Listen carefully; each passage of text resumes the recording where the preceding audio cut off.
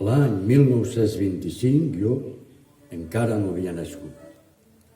Això vol dir que, segons com es mire, molts dels fets que van passar aleshores no m'afecten, o m'afecten apenes.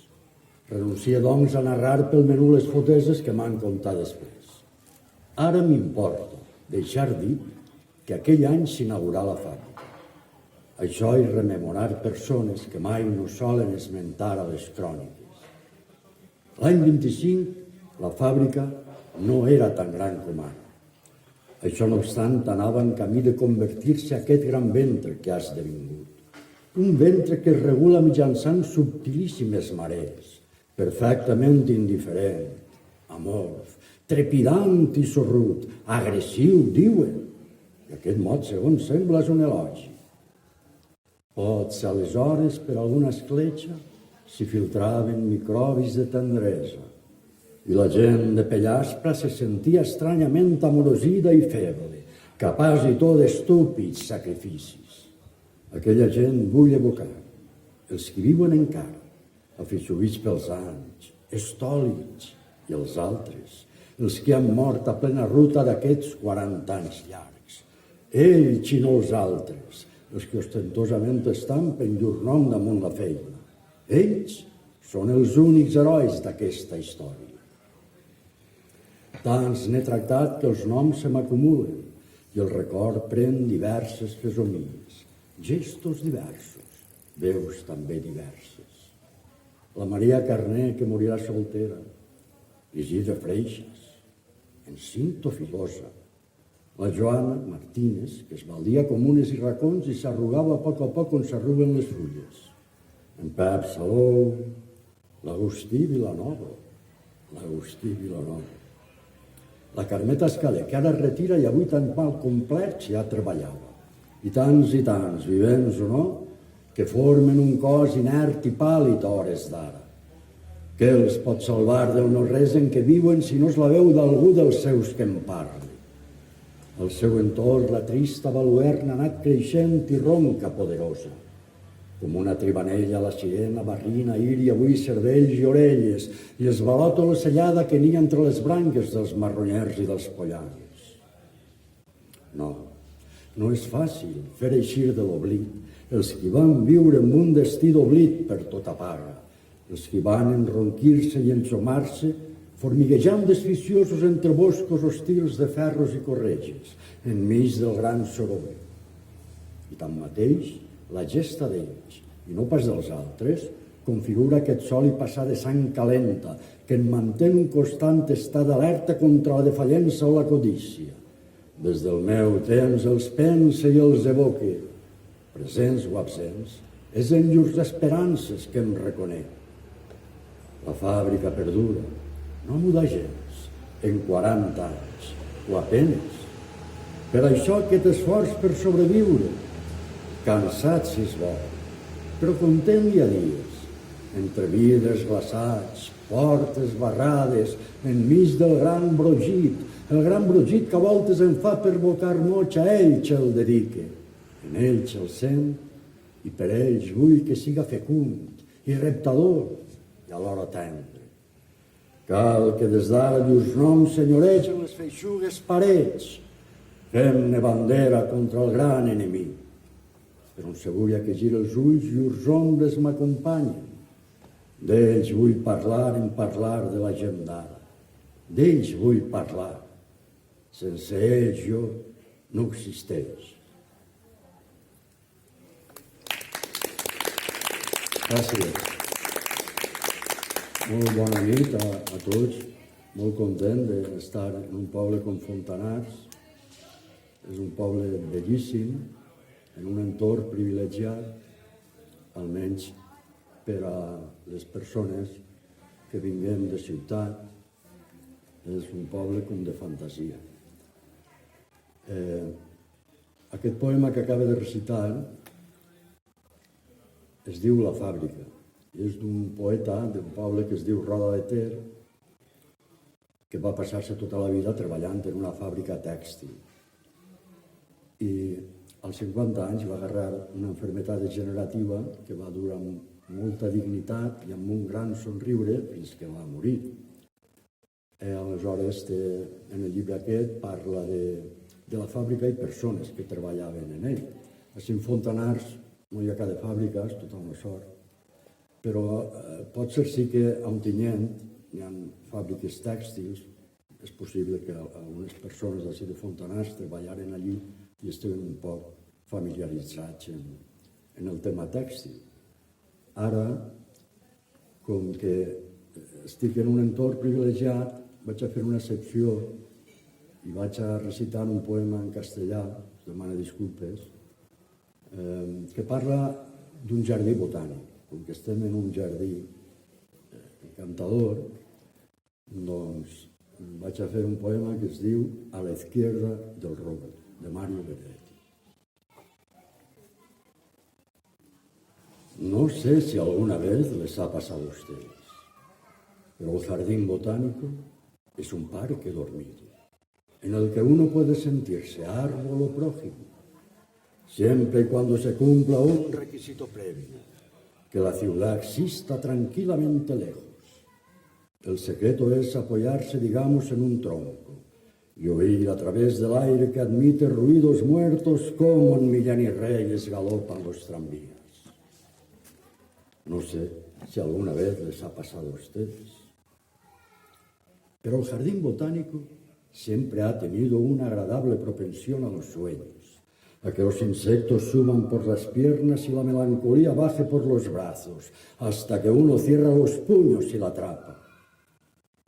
Después de todo, el secreto es mirar hacia arriba y ver cómo las nubes se disputan las copas y ver cómo los nidos se disputan los pájaros. No sé si alguna vez les ha pasado a ustedes, pero hay las parejas que huyen al botánico, ya desciendan de un taxi o bajen de una nube, hablan por lo común de temas importantes y se miran fanáticamente a los ojos como si el amor fuera un brevísimo túnel y ellos se contemplaran por dentro de ese amor. Aquellos dos, por ejemplo, a la izquierda del roble, hablan y por lo visto las palabras se quedan conmovidas a mirarlos, ya que a mí no me llegan ni siquiera los ecos. No sé si alguna vez les ha pasado a ustedes, pero es lindísimo imaginar qué dicen, sobre todo si él muerde una ramita y ella deja un zapato sobre el césped. Sobre todo si ella tiene los ojos tristes y él quisiera sonreír, pero no puede. Para mí, que el muchacho está diciendo lo que se dice a veces en el jardín botánico. No sé si alguna vez les ha pasado a ustedes, pero puede ocurrir que de pronto uno advierta que en realidad se trata de algo más desolado, uno de esos amores de tanta loyazar que Dios no admite porque tiene celos. Fíjense que él acusa con ternura y ella se apoya contra la corteza.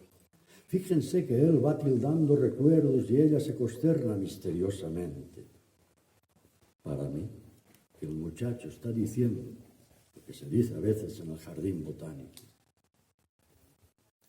No sé si alguna vez les ha pasado a ustedes, pero el jardín botánico es un parque dormido en el que uno puede sentirse árbol o prójimo. Es un parque dormido que solo se despierta con la lluvia. Ahora, la última nube ha resuelto quedarse y nos está mojando como alegres mendigos. El secreto está en correr con precauciones a fin de no matar ningún escarabajo y no pisar los hongos que aprovechan para nacer desesperadamente. Sin prevenciones me doy vuelta y siguen aquellos dos a la izquierda del roble, eternos y escondidos en la lluvia, diciéndose quién sabe qué silencio. No sé si alguna vez les ha pasado a ustedes, pero cuando la lluvia cae sobre el botánico, aquí se quedan solo los fantasmas. Ustedes pueden irse, yo me quedo.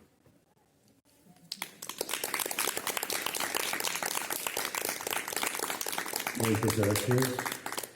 Ara, continuant amb la fàbrica de Miquel Martí i Pol, vaig a fer un poema que li va dedicar a una treballadora, companya d'ell de treball,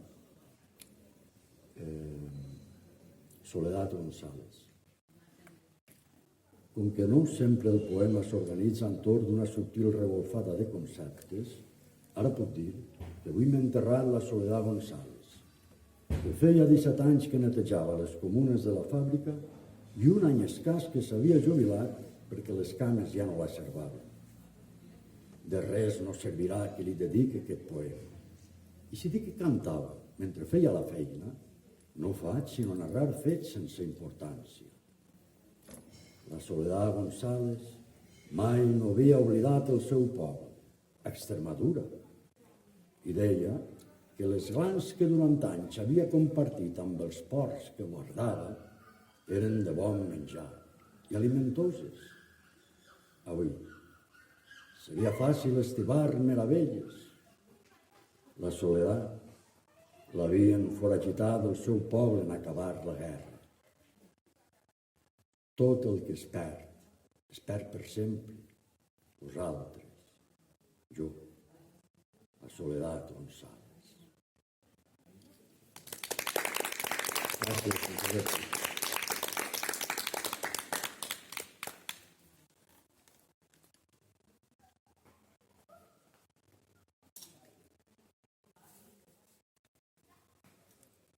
Ara farem uns pocs aforismes de Joan Fuster.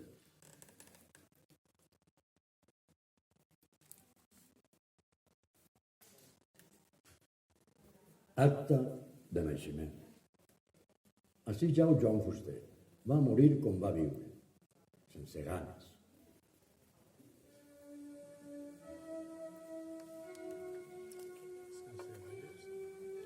Hi ha qui afirma, i les seves raons tindrà, que l'home és un ésser contingent. Per la meua part, només puc dir que si jo no existia, caldria inventar-me.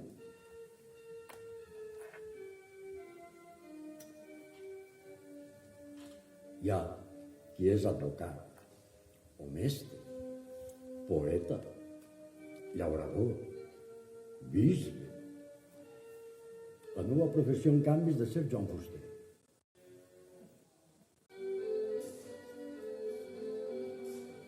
Ja coneixeu el cèlebre aforisme grec.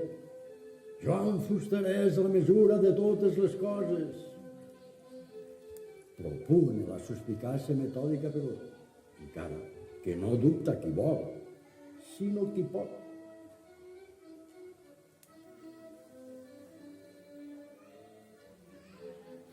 Les persones que com jo són pràcticament escèptiques estem condemnades a trobar bé tot allò que fan els altres i a suportar que sempre hi hagi algú que trobe malament tot allò que fem. Per això no és que m'agrada dir jo, és que no tinc dret a parlar amb un altre pronom personal.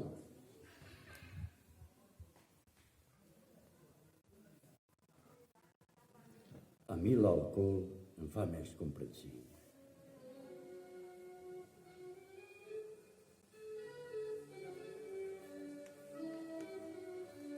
Punt de meditació.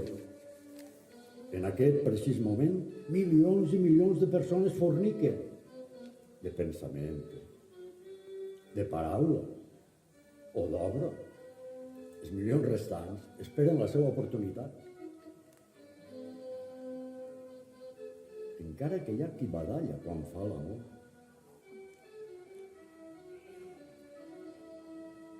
Reflexió de Quaresma. La carn és trista, diuen tots els moralismes. És trista, sí, però ella no ho sap.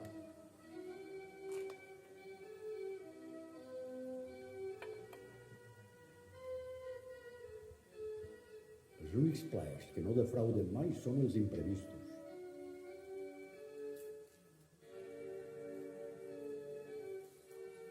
Una persona que ens estima és un perill permanent.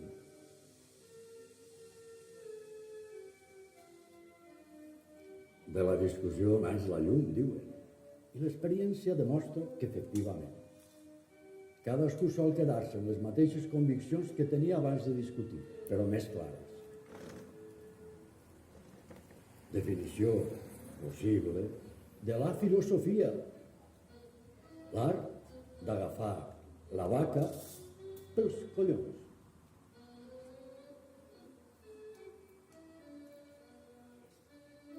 Un pensament sistemàtic, vull dir, sense contradiccions internes, sempre tindrà el desavantatge de no poder resoldre la seva contradicció en la vida.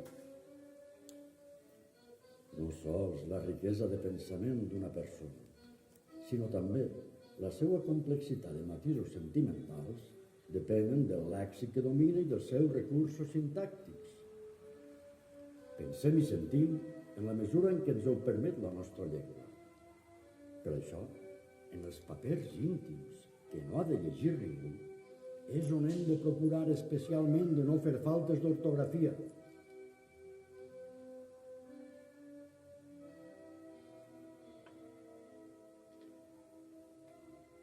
Dormir també és esperar, tot i que la cara que fem quan dormim és involuntari, no se'ns ha de tenir en compte.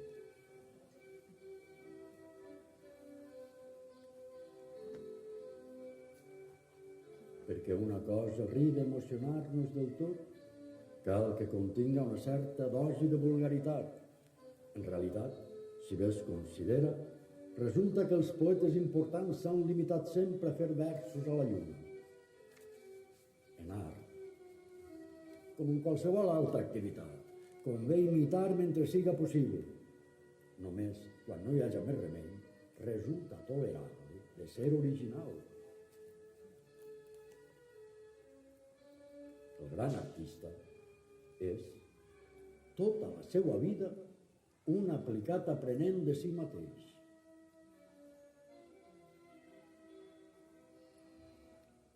Moltes vegades busquem l'èxit, una mena qualsevol d'èxit, fins i tot el més absurd, perquè no hem pogut arribar a ser feliços.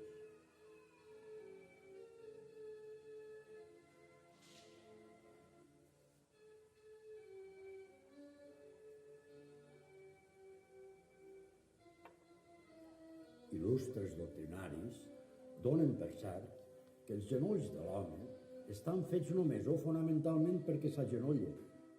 Com és d'esperar, d'això en dedueixen severes teories polítiques i religioses.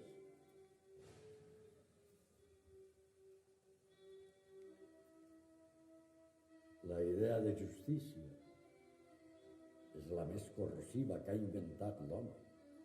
Amb ella gosa plantar cara a Déu, revoltar la societat i assassinar el seu veí. Però cal reconèixer que sense ella no fora sinó una trista víctima abjecta. Sovint ho oblidem, però no és llescar que les víctimes de la injustícia hagin de ser necessàriament justes. De vegades, per amor a la justícia, acabem defensant un criminal contra un altre criminal. Sembla estrany que l'home hagi tardat tant a inventar els museus, les vacances, el tango i tantes altres coses que no tenen res a veure amb el progrés de la ciència. Pot ser és que no som uns animals tan intel·ligents com volen fer-nos creure. Totes les banderes són igual de capcioses. Fieu-vos més dels abanderats que no dels colors. Hi ha moltes formes de patriotisme que no són sinó pura xenofòbia. Com que l'estranger sol ser al seu torn patriota del seu país, la col·lisió resulta fatal. Tota xenofòbia contesta una altra xenofòbia, ja que tots som estrangers per algú.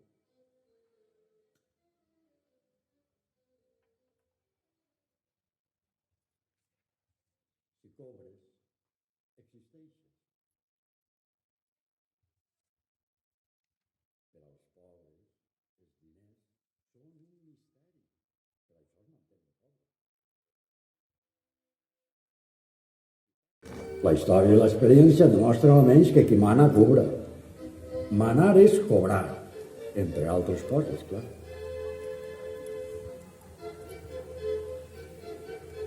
En la societat anomenada de consum no plou, ni neva, ni fa sol. Sempre és primavera en el Corte Inglés. És un deure dels joves espantar sistemàticament els vells, i que només siga per evitar que s'adormen del tot. Cal fomentar l'objecció de consciència, i no sols contra la guerra, sinó també, o sobretot, contra certes formes de democràcia.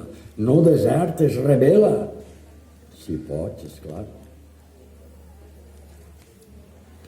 Contra el bé i contra el mal, contra les pretensions de l'un i de l'altre, només tenim una defensa: la ironia.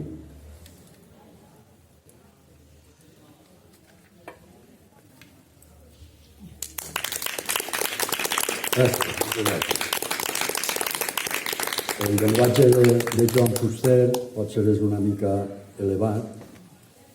No estem acostumbrats, almenys els valencianoparlants, a parlar, almenys al carrer, als comerços i les tendes, amb un llenguatge, diguem, poètic, no? També es passa als que parlen castellà. Però és una mena de llenguatge que està bé reivindicar i que podríem usar-lo més, ja que penso jo que parlar bé és gratuït, no costa ni un duro, i ompli els cors d'il·lusions i d'esperances. Ara vaig a fer 3 poemes en un, de Joan Fuster. Són d'un cert humor sarcàstic i corrosiu. Anem allà. L'odi, en efecte, és dolç. I és dolç de sentir-se la sang rodona i grisa com una dent i veure's els dits l'un sobre l'altre, o sobre la paraula, veure un mordís la sal i l'ombra aconseguida, i els fins que repeteixen a punt d'ésser convertit en hàbit. L'odi suposa una suprema deferència envers el món, envers aquest món amable dilatat pel pànic. Odiar és dolç. Heu provat mai d'odiar un diumenge a la tarda? No és un mèrit odiar els que ens odien, Cal odiar lliurement, purament. La tarda dels diumenges comprèn tota la vida, amb la dida, la ferida, la farina o la mina i el lloguer de la dona. La tarda dels diumenges és il·limitada i us ofereix les mosques, els papers i els himnes nacionals.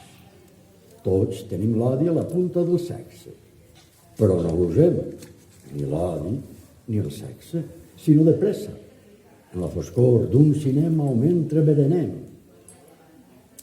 Jo us proposo d'odiar a poc, triant l'objecte. Odiar el paisatge, que és sempre igual, i les enciclopèdies, i la gaseosa que et poses en el vi, i la camisa, i tu odia tu mateix, precepte saludable, que ets al capdavall, això un pe dels déus. No et mereixen l'amor que volen que et tingues, no et mereixen els altres, ni les bèsties protegides. Jo he estimat. Tots hem estimat. I després què? Post coitum tristatum. Després d'escriure un sonet d'homenatge, tristatum. Després de mi, el diluvi i tristatum. Bona nit i bona hora. Acaba d'obrir l'espí. Ja sé quin és el perill, però necessita això, saber quin costat és bo i què desespera el ric.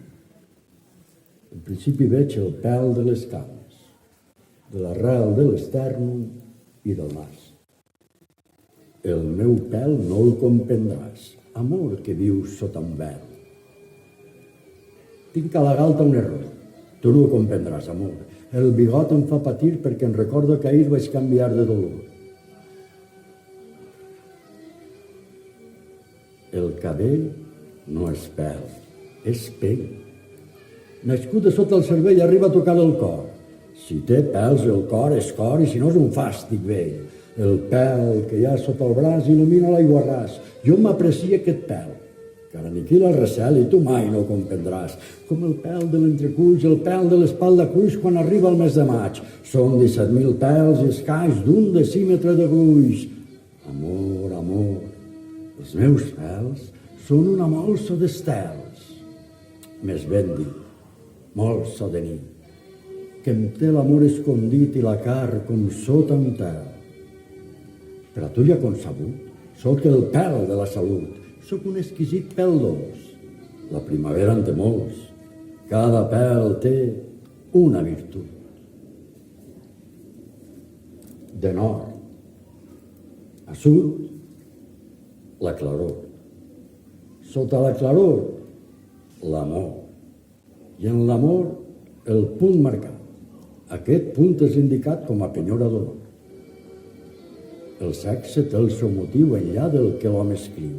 I enllà del que l'home vol, el sexe tot ho resol amb el seu emba de riu. Sexe al nivell del tissú, sexe en cotxe per a tu, sexe de folklore clar. Tornaria a començar, sexe nocturn de ningú. T'adorem, sexe mut, establit amb pulcritud, conreat amb preu potents, segles sense compliments adobant el cel caigut. T'adorem, sexe de sal, freda meva doctrinal, claraboia venial.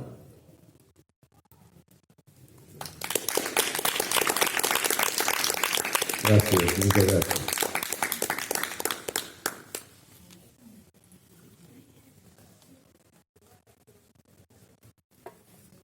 I Sant Andrés Estellers, de pares pobres i a mitges soles, a molt honor vindria al món, un món humil, més no mesquí. Recorda encara la casa clara on jo nasquí. Precari el pis tenia una cuina, amb una pica de pedra vella i una finestra. Després hi havia la galeria i aquella parra que tant m'agrada sempre evocar. I un colomer, plàcides prades de les teulades, el paisatge l'honren estables, comuns, corrals i fumerals. Per fer més fi, també algun pi i cossiols d'alegres flors, clavells, geranis, roses intactes i fulles magnes. Al menjador, molta claror, ben poc més.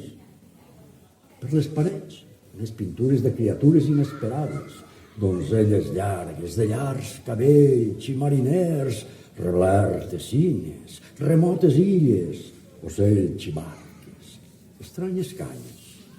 M'excitaria la fantasia aquell mural càndid i estrany? Tinc la nostàlgia d'aquella casa, del món aquell. Què li hem de fer? El cobertor de randa suavíssim, el perolet amb vedella i verdures, el cast amor que governa les coses, el poliol, els pins de la vesprada, el got de llet, la cadira del pare. Em menjaré una ala de pollastre. El davantal tot pulcre de la cuina, el mal de cap, les nits d'hivern humides, el foc encès, la conca entre les cames. Passava el temps com el vol dels coloms. Bon dia, grapa d'aigua, escarpidor, gillet, sabó, dentífric. Bon dia, normalitat o hostilitat de l'oratge. Volum de merda que ha mullat i mira. Bon dia, veïna, que tornes del mercat. Aquesta bona merda dona ganes d'invitar a sucar-hi tot el veïnat. Ens vam parir amb merda i d'altres amenitats semblants. I el nostre darrer acte, o darrera voluntat, serà també una cagada gratuïta. Uns oïts.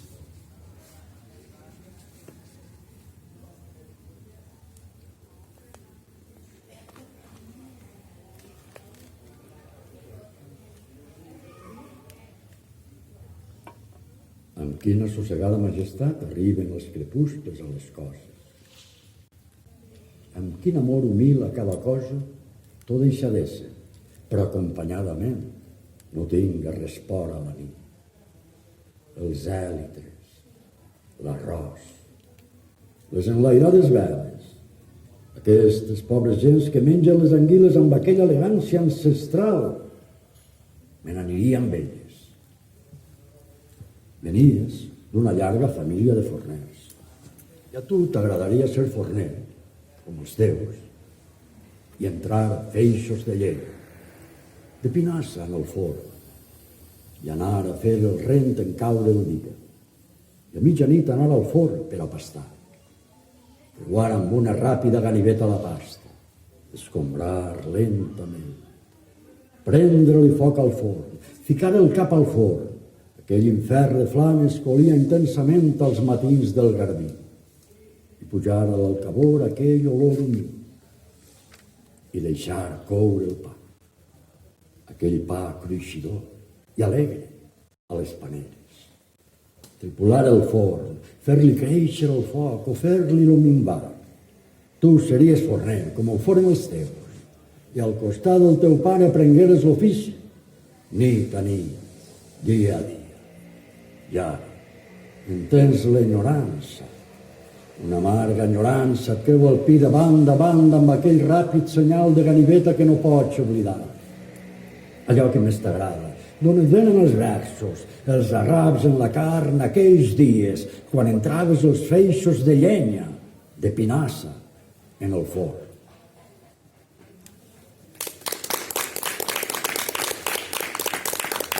Moltes gràcies, un públic agraït. No abundant, però molt agraït. No podia faltar el vi damunt la taula. Una solemnitat. Un ritus que venia des de la nit febril de la caverna. El vi begut en casa a l'hora de menjar s'oficiava lentament i greument. Parla del vi dels pobres, begut solemnement. El vi o sosteniment de l'afany o la ràbia, el vi dels sacrificis, el vi de l'esperança, l'esperança rompuda, plantar cara a la vida.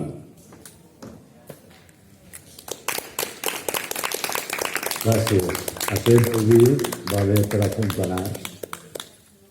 Joan Pobre, productor de bons vins. Ara, imagina que també n'hi haurà alguna horteta on plantareu hortalisses, verdures i tota aquesta sèrie de coses hortolanes. El pimentó de Vicent Andrés Estellers. Res no m'agrada tant com enramar-me d'oli cru, pimentó torrat tallat en tires. Cante llavors distret, raone amb l'oli cru, amb els productes de la terra. M'agrada molt el pimentó torrat, més no massa torrat que el desgracia, sinó amb aquella carn mullar que té en llevar-li la costa socarrada. Les posa dins del plat entongades incitants, l'enrame d'oli cru amb un pessic de sal i suque molt de pa, com fan els pobres, en l'oli, que té sal i ha pres una sabor del pimentó torrat. Després, amb un pessic del dit gros i el dit índex, amb un tros de pa, agafa un tros de pimentó, l'enlaire vidament, eucarísticament, de vegades arriba a l'èxtasi, a l'orgasme, cloca els ulls i me'l fot.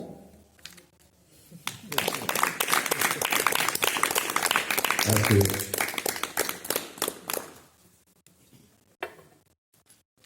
I agafaria una guitarra,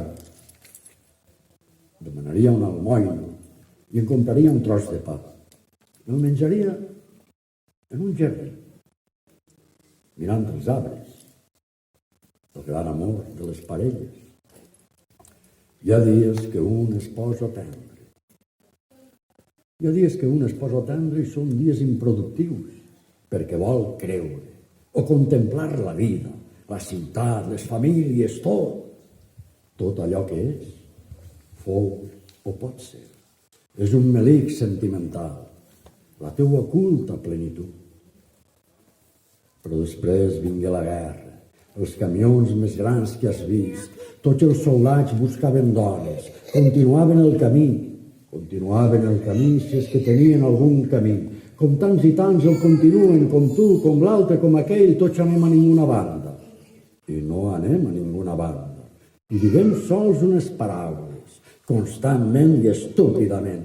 Tassi, xacots, expressos, conveniències, referències.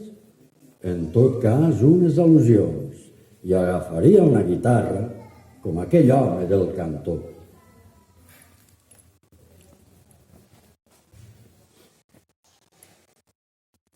Parat en aquell cantó, un cantó de la ciutat, parat al cap del carrer, ell era un home parat. No sabia d'on venia i no tenia on anar. I en arribar al cantó es va quedar. Passaven, i ell les mirava, parelles d'enamorats, agafats de la cintura, agafats en un abraç, passaven infants i dones que tornaven del mercat i l'home no s'hi movia, perquè era l'home parat. Llums que s'apaguen i encenen, la fira de la ciutat, i en el rostre d'aquell home una amarga dignitat. Si de vegades plorava, ningú no el veia plorar, ningú res no li advertia ni veia l'home parat. Es feu un arbre de pena, es feu un arbre d'espant, allí al cantó del carrer ple d'orgull i humilitat. I algú va avisar l'alcalde.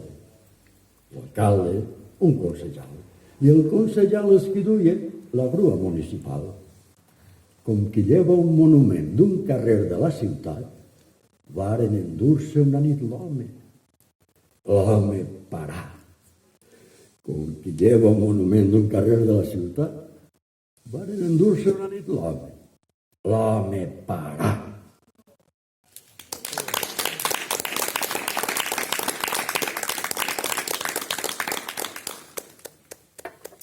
Moltes gràcies. Ara que no m'escolten, puc parlar francament. Com hi ha el fill sense els pares i els pares sense el fill, i xiques al cinema amb les cames obertes i una mà entre les cuixes i el rosari en família, hi ha el peó que es mata caent des d'un andany. Com hi ha qui porta un metre per saber el tamany escaient del taüt, i com hi ha els tramviaris que treballen la nit de Cap d'Any i els forats de les piques. Hi ha l'ascensor amb ull d'un brut groguenc esperant. Mentrestant, la portera s'emborratxa de vi i pixa per l'escala.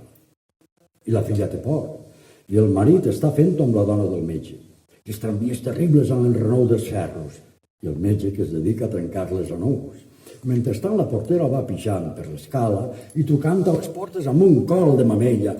I el fill de la de l'arpa, que s'ha mort fa 3 dies, plora i plora, i encén un ciri, i posa el ciri en l'ampolla del vi i contempla la Loren. Llavors la suïssa crida pel passadís, i el cosí la segueix brandant el canelobre.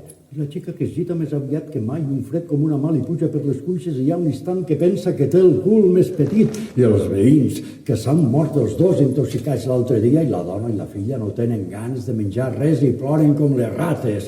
I el cosí i la suïssa que dormen brutalment, el canelobre encès, el cobertor encès, les cortines enceses i tot el pis encès. Mentrestant la portera pixa pels escalons i el marit no pot més. I la dona del metge se'n va i agafa el metge i li diu «Fill de puta!» i se'l fica entre cames i tot es pega fort.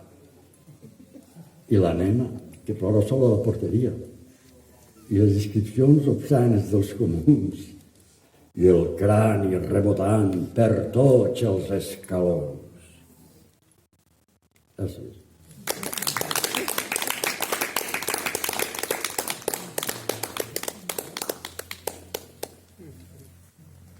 Ara, que no m'escolten, puc parlar francament. Però no puc dir el teu nom. No puc dir el teu nom. Esbelta, tendra, càlida. Tinc el desig de tu. Tinc el desig de tu. No és un desig tan sols sexual, conjugal. És el desig. És el desig del riu, i el llençol, i l'argila. És el desig de l'arbre, i del cel, i del cànter, i el pitxer, i l'argila. És un instint de terra, de ser i ser del tot, plenament, tenir pàtria i una terra lliure, lluminosa i alta. No hi havia a València dos cames com les teves, dolçament de record amb els ulls plens de llàgrimes, amb una teranyina de llàgrimes als ulls. On ets? On són les teues cames tan adorades? Recorre l'albereda, aquells llocs familiars. Creua les nits, evoca les baranes del riu. Hi havia a València dos cames com les teues, com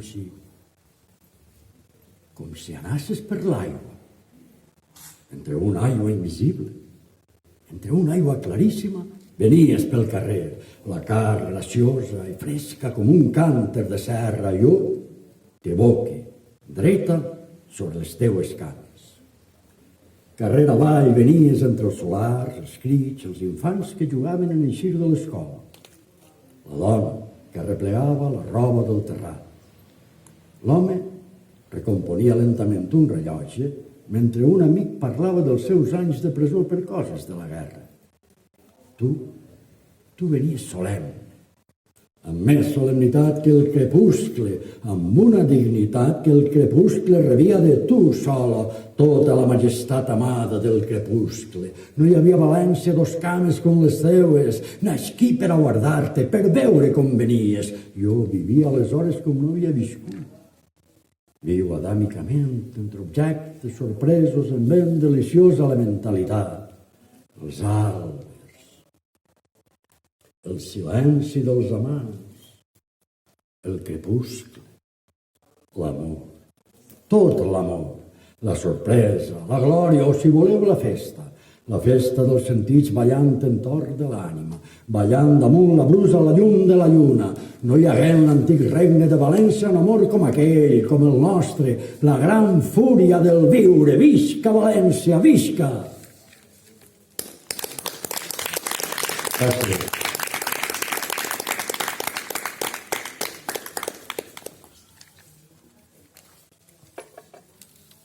Que som públic adult, vaig a fer un parell de poemes eròtics, pornogràfics, no tan pornogràfics com les notícies de qualsevol televisió, malgrat que de vegades la gent s'escandalitza més per aquestes coses. De Vicent Andrés Estellés. Me la mamaven. Me la mamaven per la dreta. Me la mamaven per l'esquerra. Me la mamaves fins al cep. Tenies tota la boca plena i amb la llengua iniciaves moviments.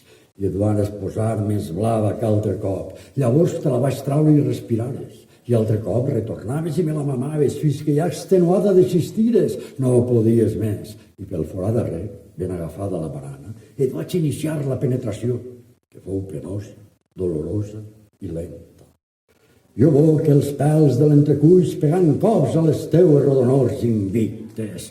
Oh, gruta de pèls i de nacre, llavis secrets, on jo enfonsava la meua boca i la meua llengua. Penetrava gesmils i tu t'estremies de sota la meua boca. Agenollat entre les teues cames obertes m'oferies el sexe i jo el penetrava en llengua profunda com si m'abocàs a un corrent osset. Una i altra vegada llepava el teu cau secret. Una i altra vegada volia més llengua per endinsar-la al teu ventre profund. Clítoris, tendre, casta, ajaguda al teu llit, agafant les mans del cap per tal que no deixes la pràctica dolça. Tu, que feliçment t'enyore ara. Deixem així.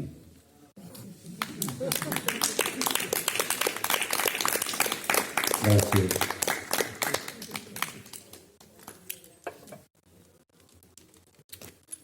Hi ha que ser precavit. Cal prendre les mesures escaients per no tindre després problemes ni de contagis, de Covid, ni de Covat, ni de família.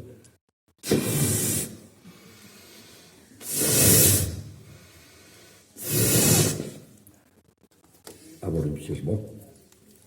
Dius que es provi així. Si aguanta el tiró és bo, si no, mala té.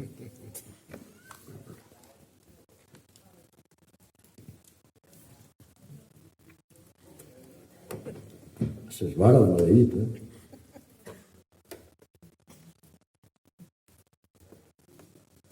Et veig gastat, laxi, llançat, condó, sense dignitat en la teua derrota, com un peixat impotent, cansadament humà. I això, que tens el semen camí en manca, i encara lenyes, i afiscós i bellugadís com jo mateix, però d'altra manera després del brusc combat fet.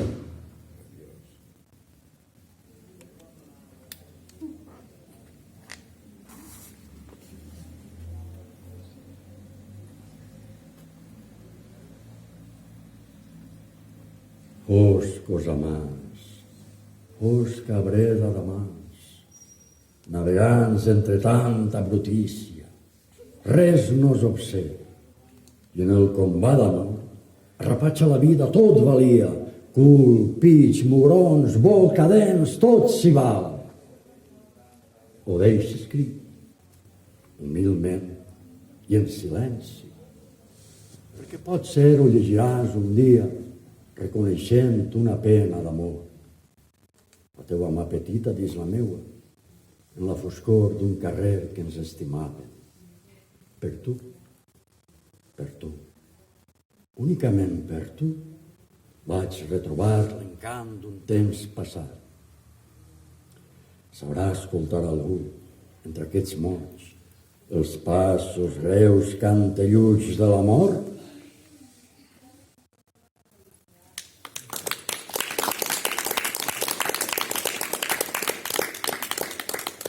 Moltes gràcies. Ara, per acabar, farem un poema de Joan Fuster, que és una elegia a François Rabelais, un escriptor francès de 1500, i que jo la faig extensiva al xicot, el cantant del coll, actor Ovidi Montllor, que, com tots sabeu, era un gran rapsode i va morir als 52 anys, si no recorde mal, l'any 93 o 94, 1993 o 1995, no recorde ara, i la faig extensiva com a homenatge.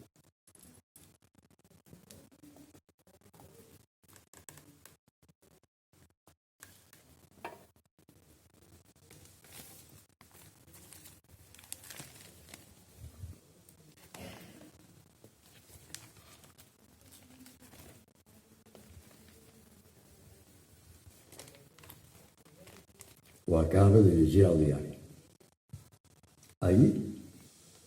Ahir mateix vas morir-te.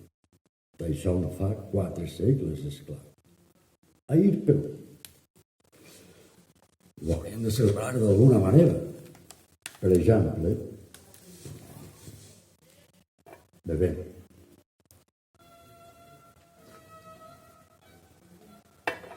No és que jo crega que la mort d'algú, la teua o la meua, haja de ser celebrada, ni bevent, ni recitant absoltes, ni en cap altra ornamentació efusiva, perquè morir-se a fi de comptes és una cosa literalment ignominiosa. Tu ja m'entens, no? Però cal que et commemorem. És un costum que les persones cultes han establert, no sé ben bé per què. Pot ser per passar l'estona, pot ser per impietat, o per justificar-se la cultura i fer-nos veure com el llemosí del teu llibre que venen més o menys de l'alm inclit el cel acadèmic que l'home sigui litès. No farà discret d'esquillar-se'n, doncs, ells ho faran al seu estil. Amb tants discursos, amb tesis doctorals, amb cerimònies cartilaginoses o trossos de pedra. Hi ha res més trist que una tesi doctoral? És el favor de dir-me. Som nosaltres que ens agradem, nosaltres, la posteritat necròfila, necròfaga, canora. De fet, les tesis doctorals només serveixen i encara puc ser el cul, concretament culs doctorats. Alguns tanmateix jo, i d'altres com jo. Gent oscura i domiciliària. Optem per recordar-te amb un glob de vi. Com l'acte solemne de descordar-nos la bragueta i pixar-ho fotre a continuació. O amb un dinar gas d'aquells que per tu anomenem pantagruelis o rient. Podrà semblar un sacrilegi sens dubte això d'aplicar una rialla en sufragi de l'ànima d'un difunt, i no? Ho sé que ri le pauvre de l'home. Som lectors teus, lectors desinteressats, superflus, grisos.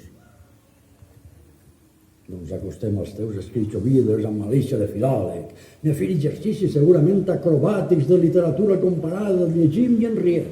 Tu vas inaugurar una nova mena de riure dins l'àrea de la civilització occidental i cristiana i ens sentim feroçment humans quan la practiquem. A més, a sota hi ha una lliçó. I joier. Ben mirat, esta seria l'única forma de viure. Hem de viure com tu ens aconselles. L'home que és en última instància. Una fisiologia que riu. El ventre i el baix ventre no tenen orelles. O més aviat les tenen molt fines. Hi ha, per un costat, la qüestió dels dos ventres. La gloriosa, múltiple, calumniada concupiscència permanent i astuta, i a damunt del fet de poder riure. Riure és una exclusiva de la raó.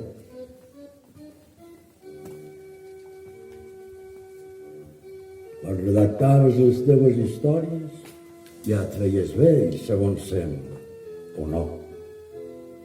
Tal vegada paties de gota. O tenies una pròspera úlcera a l'estómac, o bé el fetge s'insolentava, i òbviament la teua capacitat venèria havia disminuït moltíssim, tant que ja no era sinó una pura il·lusió de l'esperit. I malgrat tot, feies estampar allò de viver joier, i feies propaganda de la taula i del llit, i ens convidaves a riure. I si convides, obligues a burlar-nos de tot, fem riure els homes. La muntanya, un pou, les dicotiledònies, l'aigua ras, un cuc, 1000 cucs, el capvespre, els diamants, la dispèpsia de les vaques, no fan riure. Com no fan riure la mar, les seccions còniques, ni enllegar els protozoos. No ens riem ni sabrien com fer-ho. Nosaltres sí, ens fem riure els uns als altres. Vol dir que encara som homes, que encara tenim la raó intercalada entre les vísceres. La raó ens aprofita per riure'ns, jo de tu de mi, ell de tots. D'altra banda, també ens ajuda a comprendre que som irracionals. Ric no soc home. El rot, el pet, l'ejaculació, l'afectuós estímul de l'alcohol, però igualment el reuma, la ciàtica, les malversacions cardíaques formen part de la condició humana. En la teua època, posem per cas, encara no s'havia inventat l'aspirina, ni tants productes enigmàticament benefactors com avui tenim al nostre abast. Un simple mal de queixal, una ala de migranya. Quan tu vivies devien ser tot un problema. I no diguem ja els altres suplicis amb què ens ossequia l'excessiva deterioració del nostre cos. Tu ploraves de tant en tant, amb llàgrimes o sense, no? Però continuem perquè ells hi són, els altres, els enemics de la carn, els enemics del món, i valga l'eufemisme, els enemics del dimoni tancaven i barraven totes les portes, les del rol, les del pes, les de la curació, i tu vas plantar-los cara, ho barrejaves tot, les coses de la teua època que t'agradaven tant com a mi les meues, i ara què hi penses? Has considerat que la teva escriptura estava condemnada a no ser de fàcil tràmit en la societat industrial semidesanalfabetitzada.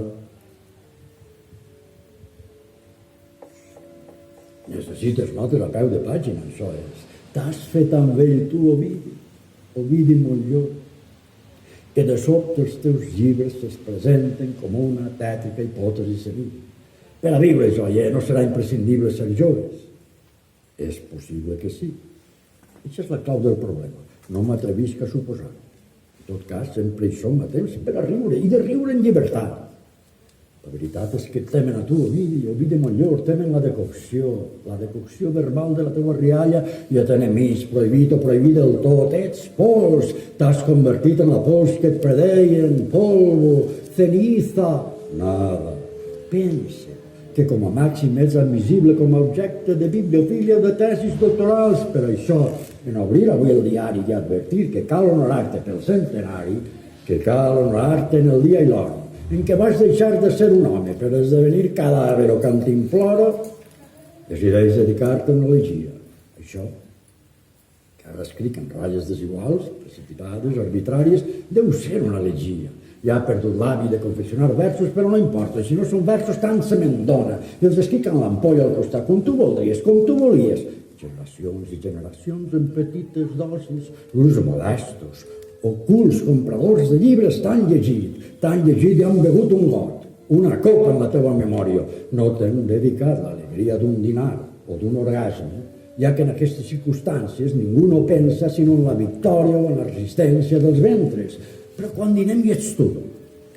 I és tu així mateix quan fem jugar el sexe. Tu, l'anti-Sar, l'anti-Lawrence, l'anti-Joyce, l'anti-Miller, tu, el jocund agiògraf de la verga, l'amable advocat de totes les necessitats corporals, de cagar i tot. Tu t'has ben guanyada la nostra devoció. Amics, bevem, vivim feliços.